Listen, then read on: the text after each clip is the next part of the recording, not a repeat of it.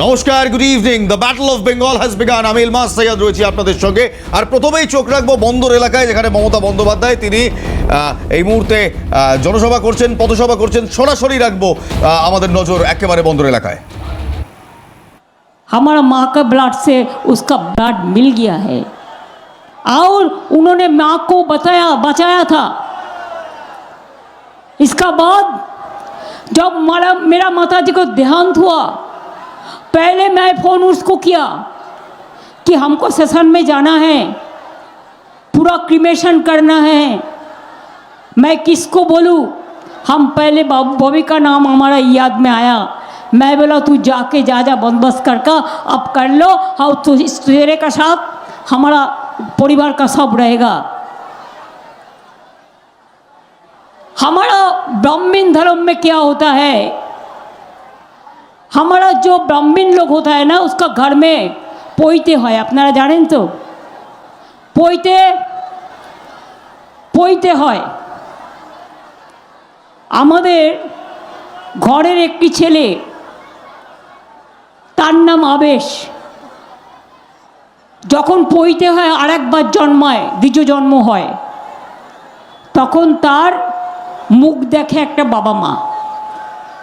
এবং তখন ববি আর রুবি আবেশের মুখ দেখেছিল। आफ्टर ही बिकेम द ब्राह्मण। हम कभी ये बात कहते नहीं है कि हम सबको साथ, तपसीली का साथ, हमारा गरीबों लोगों का साथ, हमारा हर कम्युनिटी का साथ हमारा रिश्ता बराबर है। हम ऐसा पॉलिटिक्स नहीं करता था, हम कभी नहीं किया। ये लोगों को पूछिए, जब तुम अरब में जाके सऊदी अरेबिया का मुस्लिम लीडर के साथ कोलाकुली करते हैं, तब तुम तो नहीं पूछते हैं वो हिंदू ना मुसलमान। जब तुम और दुबई में जाते हैं, एक साथ में बैठ के खाना खाते हैं, तब तो नहीं पूछते हैं तुम हिंदू ना मुसलमान है। और इधर में कहते हैं सब बहिरागत है। पहले तो बीजेपी बहिरागत है, they are the outsider of this country. हमारा बंगाल को जला रहा है। और देखिए कोई शर्म है, सुबह से नौका में चल रहा है फोटोशॉप करने के लिए। आपको पता है हमारा गंगा इतना क्लीन है कि हमारा गंगा से नौका सफ़र करते हैं। लेकिन बोलिए दिल्ली में जमुना एक है, गंगा का बहन जमुना, आप जाके एक दिन डूब लगाइए ना, हम देखता है आपका कितना प्यार है।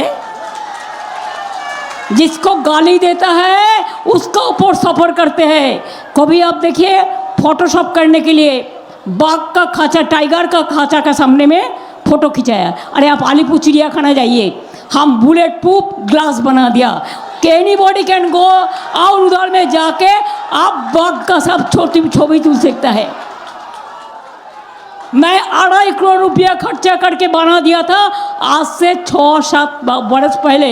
अगर हम झूठा बोले तो अब जाके देख के आइए। Anybody can take the photo from there. Just लगेगा कि बाघ हमारा पास में खड़ा हुआ है, वो बुलेट प्रूफ है।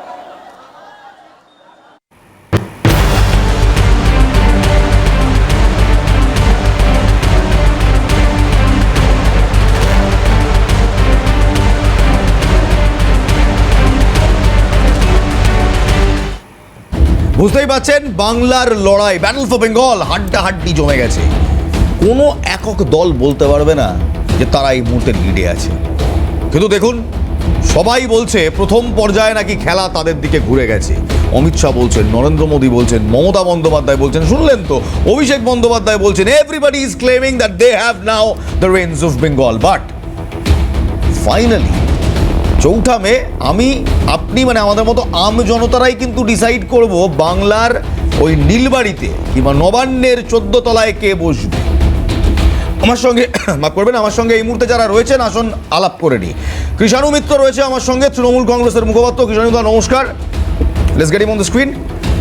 চার্লস নন্দী ভারতীয় জনতা পার্টির মুখপাত্র আমাদের সঙ্গে রয়েছেন, নমস্কার চার্লস বাবু। এবং আরএফ হোসেন মণ্ডল রয়েছেন কংগ্রেসের মুখপাত্র আমাদের সঙ্গে। আরএফ নমস্কার।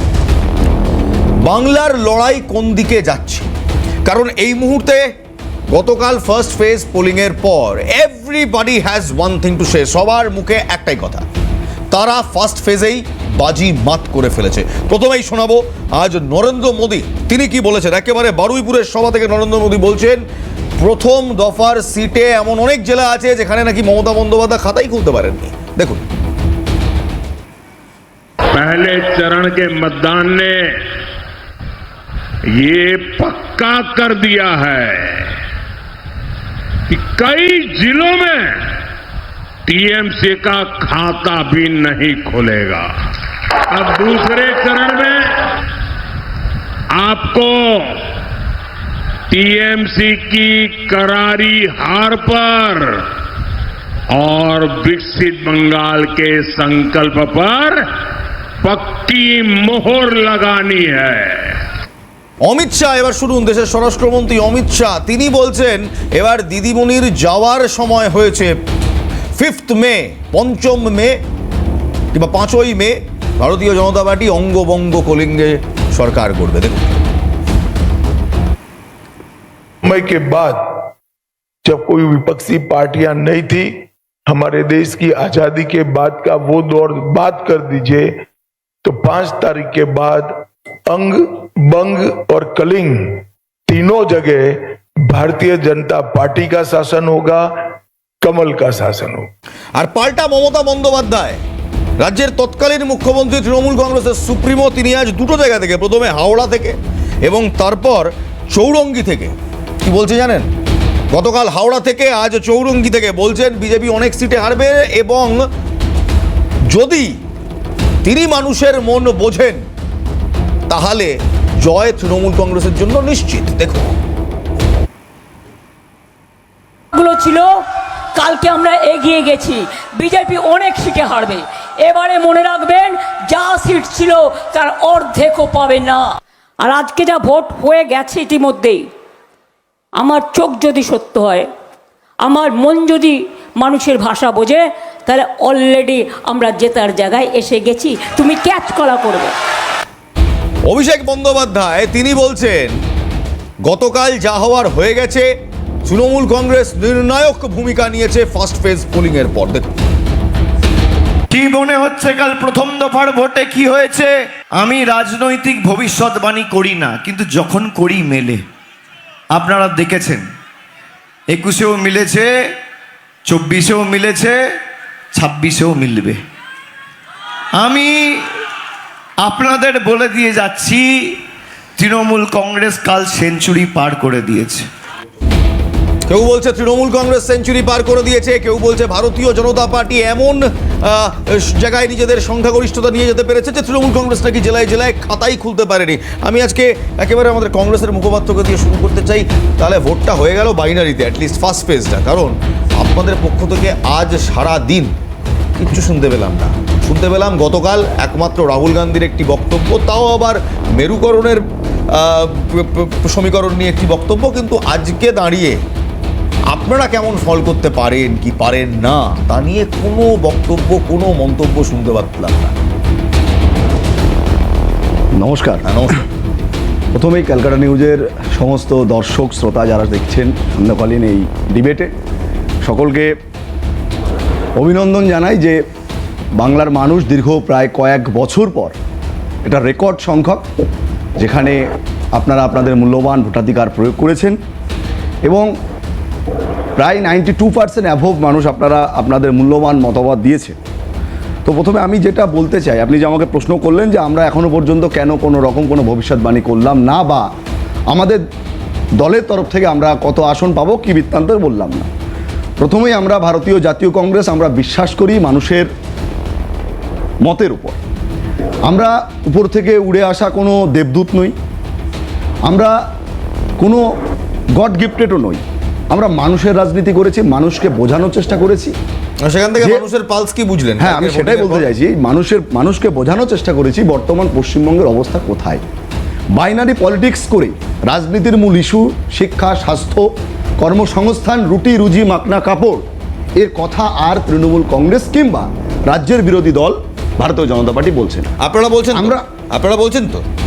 আমরা তো অবশ্যই বলেছি। ফ্রম দ্য ক্যাম্পেইন একদম till first day of polling আপনারা কোথায়? মোহাম্মদ আজারউদ্দিনের একটা রোড শো বাদে কোথায়?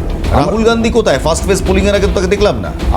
আপনি হয়তো সেকেন্ড ফেজ পোলিং এর আগে শুনেছি তিনি আসবেন। আপনি হয়তো জানেন না, রাহুল গান্ধী ইতিমধ্যেই উত্তর দিনাজপুরের রায়গঞ্জ, হ্যাঁ সেকেন্ড ফেজ পোলিং, মালদার হচ্ছে চাঁচল এবং মুর্শিদাবাদের শামশেরগঞ্জে জনসভা করেছে। সচিন পাইলট এসছে, এরকম অনেক প্রচার তারকা, ইমরান প্রতাপগড়ি এসছেন, তারাই আমাদের যে ক্যান্ডিডেট তাদের হয়ে তারা প্রচার করেছে, ভোট ভিক্ষা করেছে। দেখুন, আমাদের তারকার থেকে বড় কথা বাংলার মানুষের যে পরিস্থিতি, বর্তমানে বাংলার পরিস্থিতিটা এমন একটা জায়গায় চলে গেছে যেখানে শিক্ষা স্বাস্থ্যের কথা কেউ বলছে না, যেখানে বাংলায় 26,000 চাকরি প্রার্থীদের চাকরি চলে যায় 10 বছর পর, যেখানে কলকাতার বুকে আরজি করের মতন ঘটনা ঘটে যায়, যার তদন্ত নিয়ে, যার রেজাল্ট নিয়ে বাংলার মানুষের মনে প্রশ্নচিহ্ন রয়েছে। বাংলার নারীদের সুরক্ষা নিয়ে বিজেপি কিংবা তৃণমূল কংগ্রেসের কোনো কথা নেই। তো আমরা মানুষের কাছে গেছি, আমরা আমাদের ক্যান্ডিডেটকে নিয়ে গেছি, আমাদের প্রচারে আমরা মানুষকে বলেছি যে এই সমস্ত ধর্মের চশমাকে বাদ দিয়ে কর্মের চশমা দিয়ে বাংলার পরিস্থিতিটাকে দেখুন। যে বাংলা এক সময় দেশকে স্বাধীনতা দিয়েছে, যে বাংলা এক সময় আমরা আমাদের আগামীর পথ দেখিয়েছে, সেই বাংলার ঐতিহ্যে ফিরে আসবে। বেশ। তো এই বার্তাই নিয়েছি। তো আমরা বলতে চাই, মানুষের মত দিয়েছে, আমরা আশাবাদী, আমরা অনেক ভালো ফল করব, আমরা মানুষের কর্মের রাজনীতি করবো, এটুকুই আমরা মানুষের বলতে কর্মের পারি। রাজনীতির কথা যদিও কংগ্রেস বলছে, কিন্তু এই কংগ্রেসকেই মনে রাখতে হবে সেই কর্মের রাজনীতির জন্যই 77 সালে তারা এখান থেকে সেই যে বিদায় নিয়েছে, এখনো পর্যন্ত কিন্তু সংসদীয় গণতন্ত্রে তেমন একটা প্রভাব ফেলতে পারেনি। দেশের মাটিতেও 2014 পর থেকে কংগ্রেস বারবার ফিরে আসার চেষ্টা করেছে বটে, কিন্তু গতকালকে রাহুল গান্ধীর সেই বক্তব্যের পর, সেই মন্তব্যের পর কোথাও ইন্ডিয়া ব্লকের কোয়ালিশন নিয়েও কিন্তু কয়েকটা প্রশ্ন উঠতে শুরু করেছে 29-এর কথা মাথায় রেখে। এখানে আমি চার্লস নন্দীর কাছে একটা প্রশ্ন করব। আপনারা বলছেন তৃণমূল কংগ্রেস প্রথম দফায় রীতিমতো ব্লান্ট হয়ে গেছে, তৃণমূল কংগ্রেস পাল্টা বলছে সাফ হয়ে গেছে। সাফ হয়ে গেছে। বেশ, আমি তো বলতে পারি না আপনাদের কথা, আপনারা বলতেন সাফ হয়ে গেছে। উল্টে আবার তৃণমূল কংগ্রেস সেখান থেকে বলছে যে প্রথম দফায়, একদম শোনালাম মমতা বন্দ্যোপাধ্যায় কি বলছেন, কোট অ্যান্ড কোট বলছি, যদি আমি মানুষের ভাষা বুঝতে পারি তাহলে আমরা জেতার জায়গায় এসে গেছি। অভিষেক বন্দ্যোপাধ্যায় বলছেন গতকাল সেঞ্চুরি পার করে দিয়েছেন, কি বলবেন? দেখুন, মমতা বন্দ্যোপাধ্যায়ের একটা বক্তব্য আপনারা শোনাচ্ছিলেন একটু আগে। উনি বলছিলেন যে প্রধানমন্ত্রী তো বহিরাগত। হ্যাঁ, তো মমতা বন্দ্যোপাধ্যায়কে মনে রাখতে হবে সে অতুল প্রসাদের সেই গানটি, নানা ভাষা নানা মত নানা পরিধান, বিবিধের মাঝে দেখো মিলন মহান। ওরা বলে বাংলার অস্মিতা, বাংলার সংস্কৃতি, হোয়াট ননসেন্স। মনে রাখতে হবে যে এই যে নানা ভাষা নানা মত নানা পরিধান, বিবিধের মাঝে দেখো মিলন মহান, এটাকে বলা হয় ইউনিটি ইন ডাইভার্সিটি। এটাই ভারতবর্ষের বৈচিত্র্যের মধ্যে ঐক্য। উনি ভারতীয় না কি আমি বুঝতে পারছি না কিছু, এরা বলে আবার বাংলার কথা। মনে রাখতে হবে এটাই আমাদের জাতীয় সংহতি, এটাই আমাদের জাতীয়তাবাদ। মমতা বন্দ্যোপাধ্যায় ওটা ভুলে গিয়েছেন বলেই বাংলার মানুষ তাকে ছুড়ে ফেলে দিয়েছেন। I'll just take a reaction. Krishanu, do you want to add on to something on that? আপনারা বাংলার মানুষের কিংবা ভারতের সংস্কৃতিকেই ভুলে গিয়েছেন, তাই এমন কথা বলছেন চার্লস নন্দী।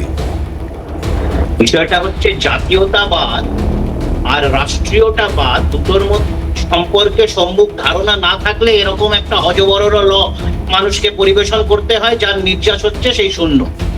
জাতীয়তাবাদ একটা আলাদা জিনিস, সেটা হচ্ছে জাতিভিত্তিক, যে জাতির একটা ভাষাগত পরিচয়, সেই ভাষা থেকে জাতি তৈরি হয়, তার মধ্যে বিভিন্ন ধর্ম থাকতে পারে, কিন্তু পরিচয়টা জাতিগত।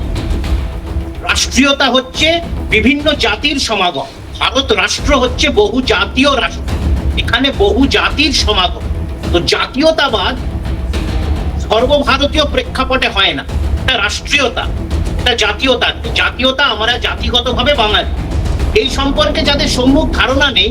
আর আমরা তো বিভিন্ন জাতি, বাঙালির আগে তো আপনি ভারতীয়, বিভিন্ন ভাষাকে, বাঙালির আগে তো আপনি ভারতীয়, তারপরে তো আপনি বাঙালি না, এরকম ভাবে হয় না। উনি ভারতীয় বলছেন না নিজেকে।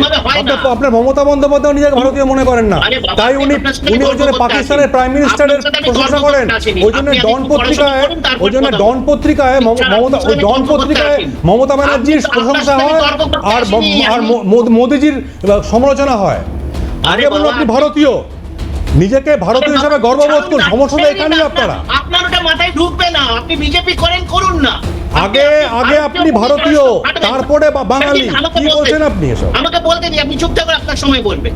এখন বিষয়টা হচ্ছে বিভিন্ন জাতি বিভিন্ন ভাষার সমাগম এই বাংলার মাটি, সেটা আমরা ভারতীয় রাষ্ট্রীয়তাকে সামনে রেখে, ভারতীয় আমাদের দেশ ভারতবর্ষ, এটাকে তুলে ধরার জন্য আমরা কখনো কীর্তি আজাদ কখনো বেশ। ইউসুফ পাঠানকেও বাংলার মাটি থেকে প্রতিনিধিত্ব দিই। বেশ। এই যে সর্বভারতীয় দল হয়ে এবং বসে কোথাও আছে, কোথাও একটা এতগুলো জিনিস খুব রাজ্যতে স্পষ্ট যাদের সরকার, যে তারা জাতীয়তাবাদ বলুন, এবং বাংলার রাষ্ট্রবাদ রাজ্য দুটোই থেকে কিন্তু যারা 2026-এর মন্ত্রী ব্যাটল অফ করেছে। বেঙ্গল কিংবা ভোটের লড়াইয়ে নির্ণায়ক তৃণমূল ফ্যাক্টর হবে। কংগ্রেস একটা ছোট্ট তৃণমূল বিরতি নিতেই কংগ্রেস হবে। সভাপতি দল- বিরতির পর ফিরছি, দেখতে থাকুন Halla Bol with Ilma Syed. The battle of Bengal has just began. রয়েছেন বিজেপির মুখপাত্র কৃষ্ণ মিত্র, তৃণমূলের মুখপাত্র, এবং আরিফ রয়েছেন কংগ্রেসের মুখপাত্র। Let's come to Arif. Arif, যে ন্যাশনালিজম কিংবা রাষ্ট্রবাদ নিয়ে যে ন্যারেটিভটা সেট হলো, whether you like it or not, আমার পছন্দ হোক, আপনার পছন্দ হোক, কারোর পছন্দ হোক আর না হোক, দিস ইজ দ্য ফ্যাক্ট। এই রাষ্ট্রবাদ এবং মেরুকরণের ওপরই কিন্তু কোথাও 26-এর ভোটটা হচ্ছে। সেখানে আপনাদের কি মনে হয়, আপনারা কতটা প্রাসঙ্গিক? দেখুন, আমরা বারবারই বলে এসেছি যে তৃণমূল কংগ্রেস এবং বিজেপি এই দুই রাজনৈতিক দল বাংলার রাজনীতির যে মূল ইস্যু ছিল, আমরা এতদিন রাজনীতি বলে যেটা জানতাম যে মানুষের অভাব অভিযোগ, বাড়ির বেকার সন্তানটি কর্মসংস্থান পাবে কি না, শিক্ষা খাতে যে ছাত্র এবং শিক্ষকের অনুপাত যেটা আজ ভগ্নপ্রায় বা ধ্বংসাত্মক বলা যায়, স্কুল ছুটের সংখ্যা বেশি, শিল্প নেই, রুটি রুজির অভাব, গ্যাসের দাম কত, এই সমস্ত যে মৌলিক যে ইস্যুগুলো, যেগুলো রাজনীতির মূল ইস্যু এতদিন ছিল, আমরা জানতাম ভারতীয় জাতীয় কংগ্রেস পশ্চিমবঙ্গে ডেফিনেটলি 50 বছরের বেশি ক্ষমতায় নেই, কিন্তু আমরা সেই 77-এর দিকে যদি তাকায়, বাংলার মানুষ যদি একবার বুকে হাত দিয়ে বলে, নিজেকে প্রশ্ন করে যে ভারতীয় জাতীয় কংগ্রেস কী করেছে, সমস্ত প্রাতিষ্ঠানিক উন্নয়ন যেগুলো আজকে 2026 সালে দাঁড়িয়েও সেই উন্নয়নগুলোর কথা স্মরণ শুধু করতে হয় না। তাহলে আপনি কি বলছেন আরিফ যে বিজেপি কিংবা তৃণমূল তারা এই রুটি রুজির রাজনীতি করে না? 100% করে না। একটু আগে আমরা কি দেখলাম যে তৃণমূল কংগ্রেস এবং বিজেপির যে প্রতিনিধি, তারা জাতীয়তাবাদ, তারা রাষ্ট্রবাদ নিয়ে কথা বলেন। ডেফিনেটলি রাষ্ট্রবাদ নিয়ে কথা হবে।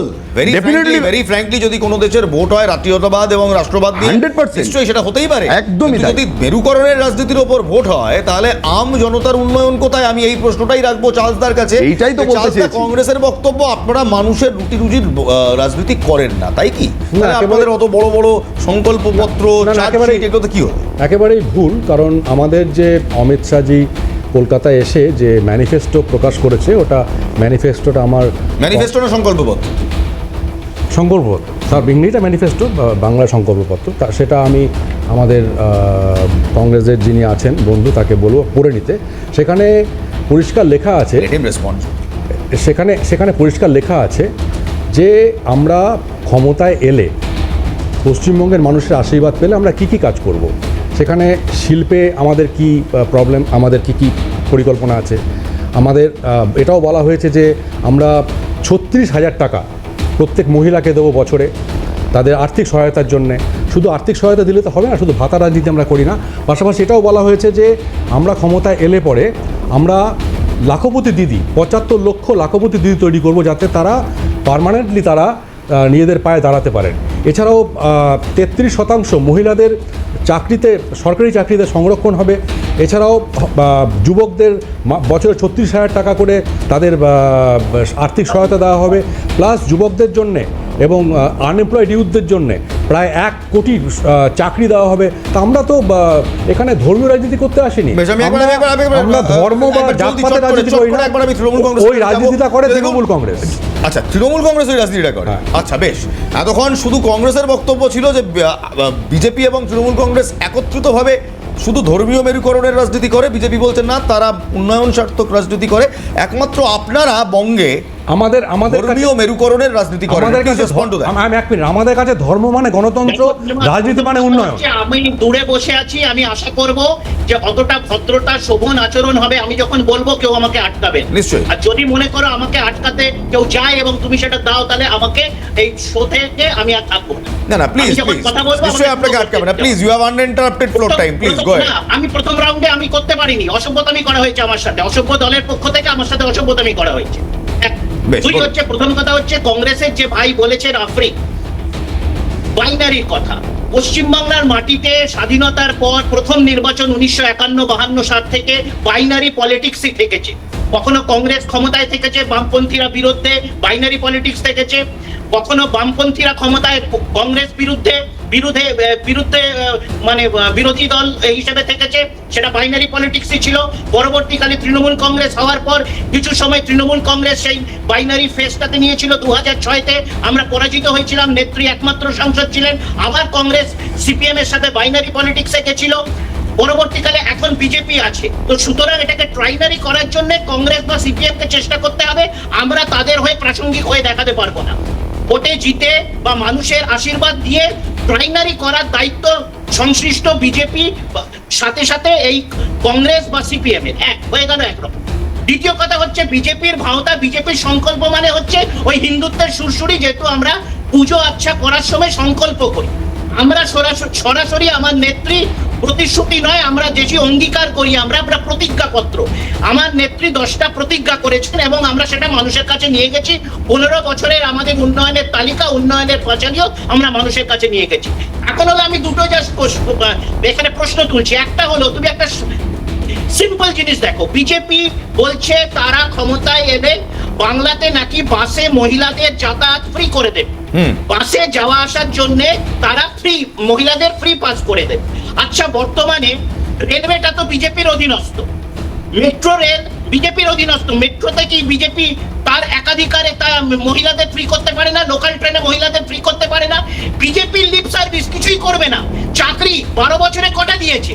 12 বছরে যে 2 কোটি করে 24 কোটি চাকরি হওয়ার কথা, তাতে প্রত্যেকটি অ্যাসেম্বলি কনস্টিটুয়েন্সিতে ভারত জুড়ে। বেশ I'll take a reaction. আমি একটা রিয়াকশন নেব। চার্লস বাবু আমি একটা রিয়াকশন নেব। কিশোর দা, 1 সেকেন্ড। ডেলিভার করেনি 12 বছরে। 12 বছরে বিজেপি পরাজয় করার জন্য। বেশ, I'll take a reaction. Charles বাবু, বলা হচ্ছে যে আপনারা সবটাই ভাওতাবাজি করছেন।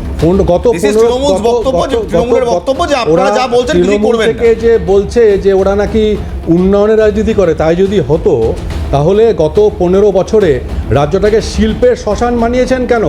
গত 15 বছরে 6333টি কোম্পানি, লিস্টেড অ্যান্ড আনলিস্টেড, তারা বাংলা ছেড়ে চলে গেছে কেন? গত 15 বছরে সিএমআই বলছে, centre for monitoring Indian economy, BJP বলছে না, 217% আনএমপ্লয়মেন্ট বেড়েছে কেন? বলুন এগুলো। একটা সময় পশ্চিমবঙ্গে অমিতাভ বচ্চনরা চাকরি করতে আসতো, আর সেখানে পশ্চিমবঙ্গ ছেড়ে 80 লক্ষ বাঙালি ছেলে মেয়ে অন্য রাজ্যে চলে যাচ্ছে কেন? এর উত্তরটা আমার মনে হয় তৃণমূল কংগ্রেসের কাছে না চেয়ে কংগ্রেসের কাছে চাওয়া উচিত। কারণ এইটার একটা মূল কারণ হচ্ছে ফ্রেট ইকুইলাইজেশন পলিসি, যেটা 1952 সাল থেকে 1992 সাল অবধি ছিল, যার জন্য কোনো কাঁচামাল সেটা বাংলায় প্রডিউস হোক কিংবা মহারাষ্ট্রে যাক, দ্য কস্ট ওয়াজ সিম্পল। যে কারণে একাধিক শিল্পপতি বাংলাকে ছেড়ে একাধিক জায়গায় গেছে, যেটা কংগ্রেসের কাছ থেকে জানা উচিত এবং পরবর্তীকালে যে সরকার এসেছে তাদেরকেও জিজ্ঞেস করা উচিত। কামিং ব্যাক, একটা ছোট্ট বিরতির সময় হয়েছে, একটা ছোট্ট বিরতি নেব। বিরতির পর ফিরে আসছি, দেখতে থাকুন Halla Bol, the battle of Bengal with মাস। ফিরলাম বিরতির পর। এই মুহূর্তে একটা খবর আসছে আমাদের কাছে। আমতায় সুকান্ত মজুমদারের একটি মিছিল ছিল, একটি র্যালি ছিল, এবং সেই র্যালিতে রীতিমতো ধুন্ধুমার, জয় বাংলা স্লোগানকে ঘিরে ধুন্ধুমার পরিস্থিতি। একদম সেই এক্সক্লুসিভ ভিজুয়ালস, ফার্স্ট ভিজুয়ালস আপনাদের দেখাচ্ছি এই মুহূর্তে, দেখুন।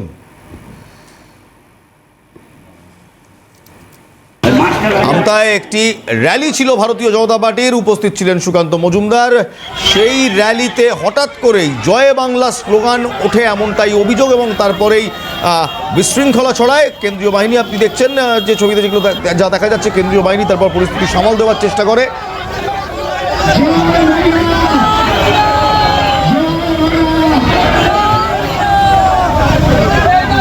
পরপর জয় বাংলা স্লোগান, কেন্দ্রীয় বাহিনীর সঙ্গে রীতিমতো ধস্তাধস্তি দুপক্ষরই। পরে পরিস্থিতি সামাল দেয় আমতায় সুকান্ত মজুমদারের র্যালিতে রীতিমতো বিশৃঙ্খলার ছবি ধরা পড়ল।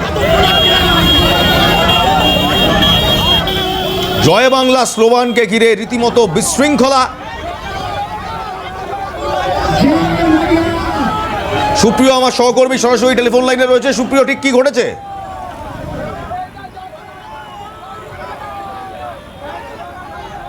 সুপ্রিয়, শোনা যাচ্ছে?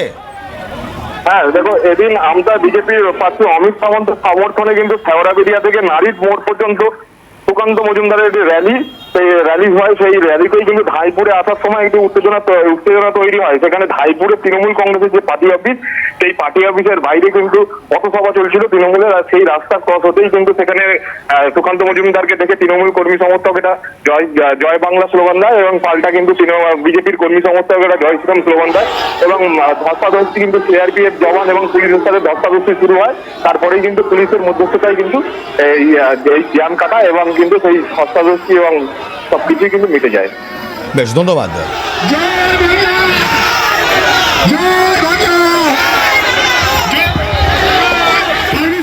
পরিস্থিতি প্রায় গরম হয়ে উঠছে যা বুঝছি। একদিকে কৃষ্ণবাবু রয়েছেন আমার সঙ্গে, চার্লস নন্দীও রয়েছেন, দুই দলের দুই মুখপাত্র, যে দুই দলের মধ্যে বচসা।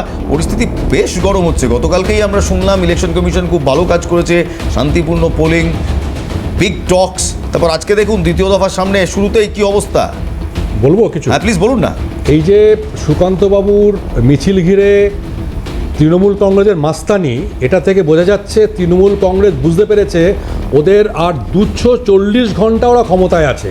আজকে যদি ধরেন তৃণমূল কংগ্রেস বুঝতে পেরেছে আর 10 দিন ক্ষমতায় আছে। হ্যাঁ, আর 10 দিন ম্যাক্সিমাম 10 দিন ক্ষমতায় আছে।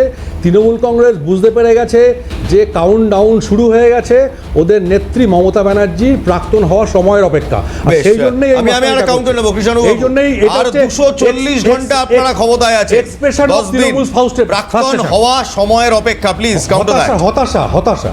দেখো, আমি তোমাকে বলবো যে এই কথাগুলো, এই রেকর্ডিংটা রাখো। 4 তারিখে কটার সময় আমার থেকে তোমার সময় চাই বলো, আমার থেকে আমি এখনই তোমাকে সময় দিয়ে দিচ্ছি। প্যানেলে আর যা যা আছে তারাও যাতে 4 তারিখ তোমার সেই প্যানেলে আসে এবং তুমি এই ভিডিওটাই চালাবে।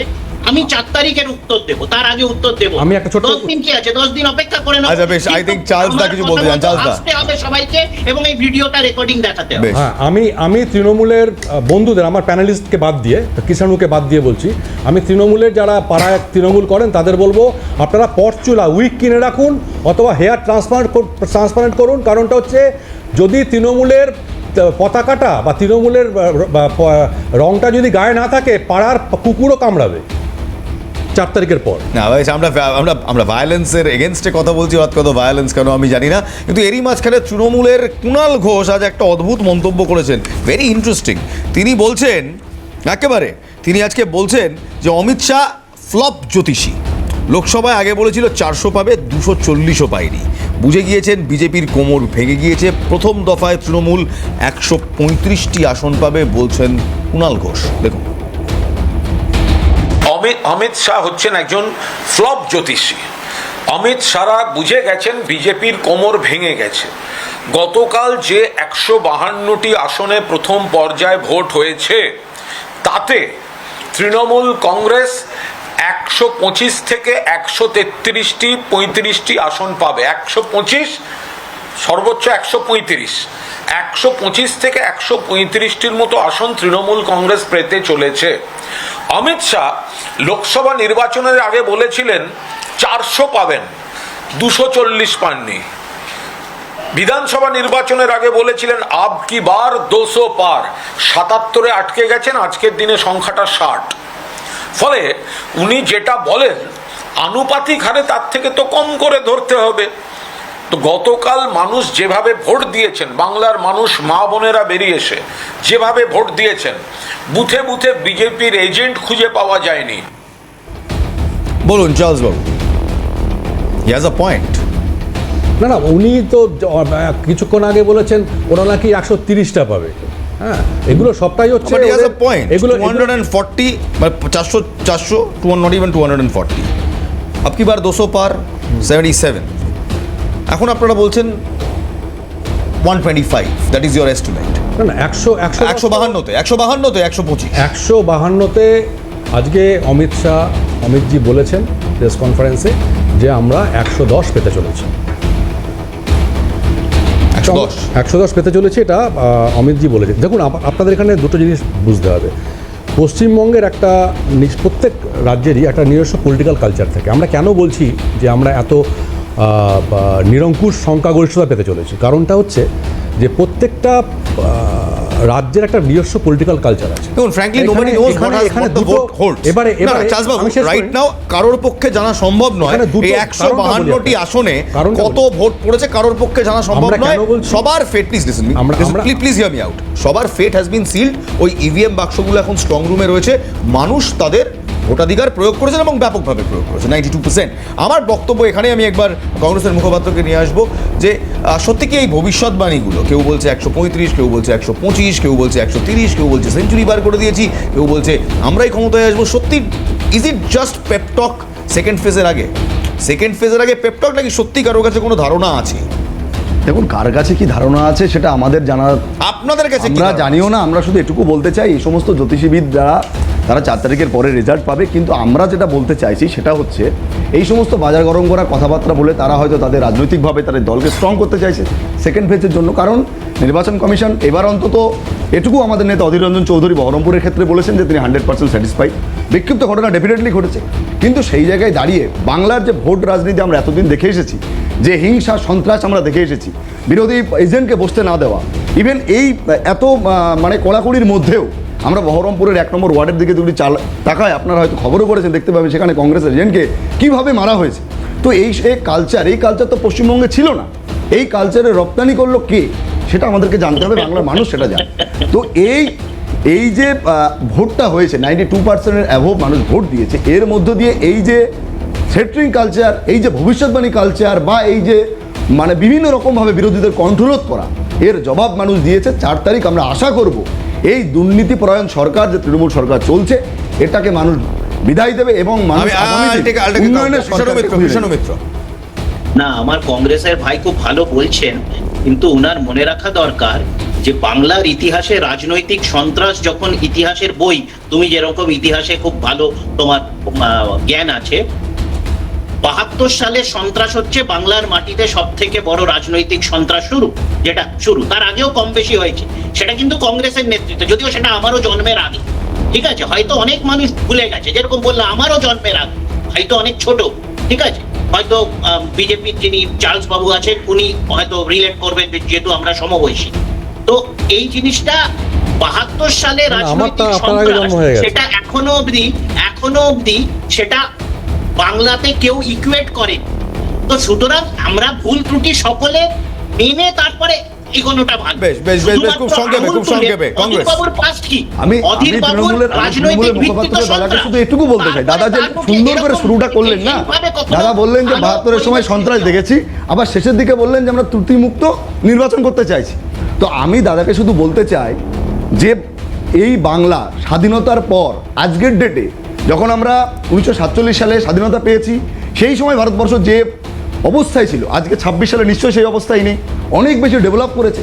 তো আমরা কি সেই পুরানো কোথায় কি হয়েছে, ডেফিনেটলি বিক্ষিপ্ত ঘটনা ঘটতেই পারে, হতেই পারে, কিন্তু 2011-র পর বাংলার নির্বাচন, বিশেষ করে পঞ্চায়েত নির্বাচন, পৌরসভা নির্বাচন কিভাবে হয়েছে এটা বাংলার মানুষ জানে। এটা 1972 থেকে অনেক বেশি ভয়ঙ্কর এবং অনেক বেশি পরিকল্পিতভাবে করা হয়েছে। কারণ এখানে ডাক দেওয়া হয়েছে বিরোধী শূন্য বিধানসভা, এখানে ডাক দেওয়া হয়েছে বিরোধী শূন্য বাংলার।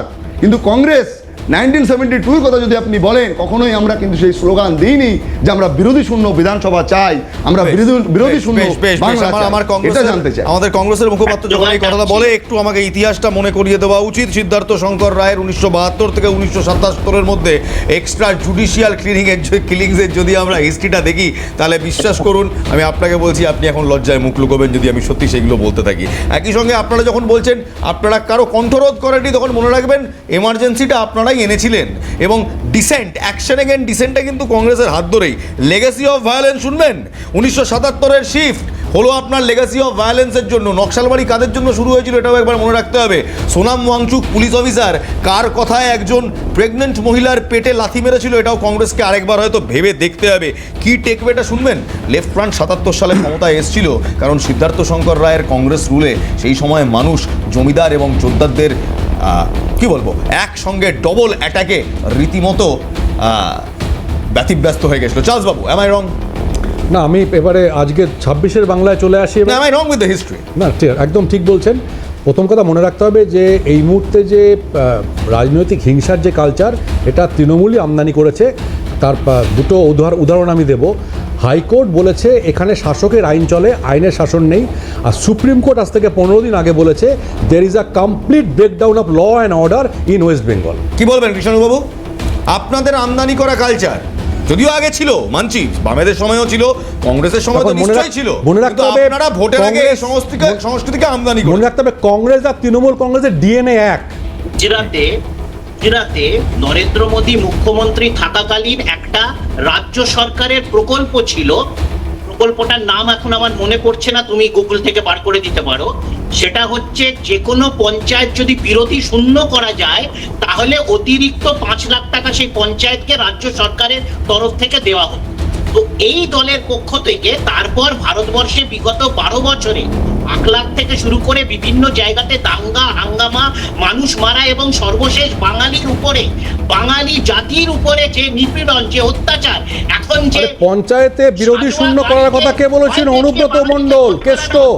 ও তো 33,000 সিটে আনকনটেস্টেড করে দিল। ও তো নমিনেশন জমা দিতে দেয়নি পঞ্চায়েতে 18 সালে।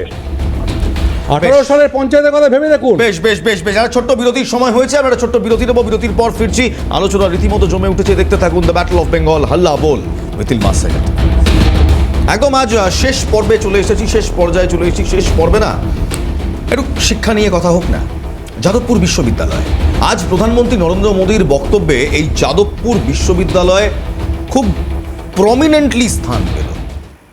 Not because it is one of the premier education institutions of the country, but because the Prime Minister thinks the slogans on the walls of Jadavpur are anti-national. देखो, जादवपुर यूनिवर्सिटी का नाम दुनिया भर में सम्मान से लिया जाता था।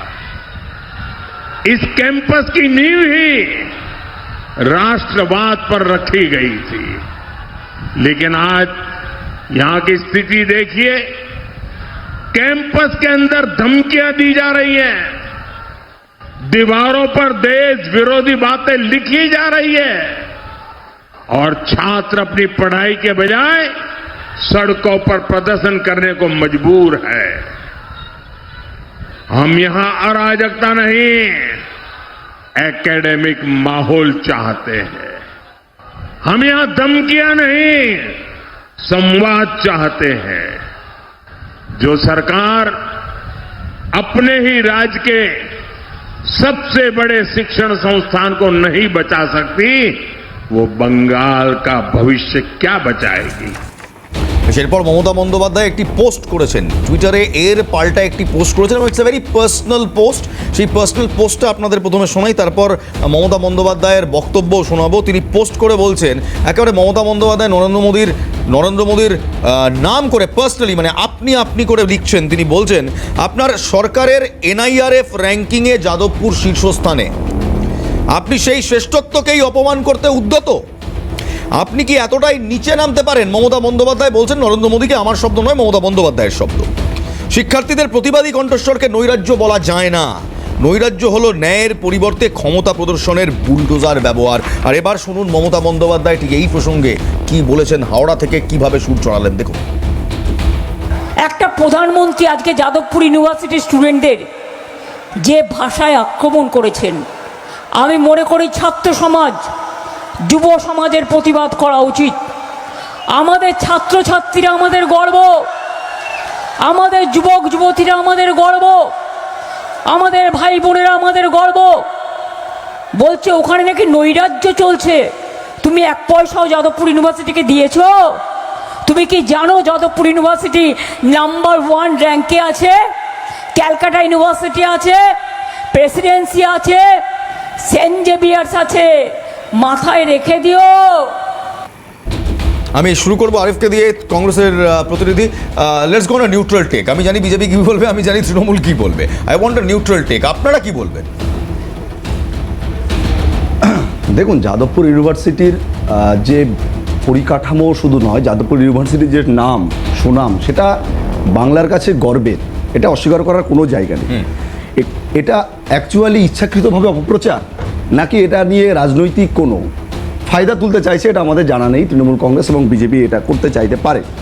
দেখুন, দেশবিরোধী মতন ট্যাগ একটা ইউনিভার্সিটিকে দেওয়া যায়, যে ইউনিভার্সিটি একজন নাম্বার 1 র্যাঙ্কিং এবং কেন্দ্র সরকারের একটি সংস্থার র্যাঙ্ক দিয়েছে, এনআইআরএফ এর র্যাঙ্ক, NIRF, সেই র্যাঙ্ক দিয়েছে। সেই জায়গায় দাঁড়িয়ে দেশের প্রধানমন্ত্রী যাদবপুর ইউনিভার্সিটির মতন একটা ইউনিভার্সিটিকে দেশবিরোধীর মতন কার্যকলাপ হয় এরকম তকমা দেওয়া, এটা আদৌ কতটা বাংলার মানুষের কাছে গ্রহণযোগ্য, এটা কিন্তু প্রশ্নচিহ্ন থাকবে। কারণ আমরা যারা শিক্ষিত সমাজ, যারা পড়াশোনা করছি, তারা কিন্তু আমরা চাই যে যাদবপুর ইউনিভার্সিটি, প্রেসিডেন্সি বিশ্ববিদ্যালয়, এরকম জায়গায় আমরা কিন্তু চান্স পেতে চাই, পড়তে চাই।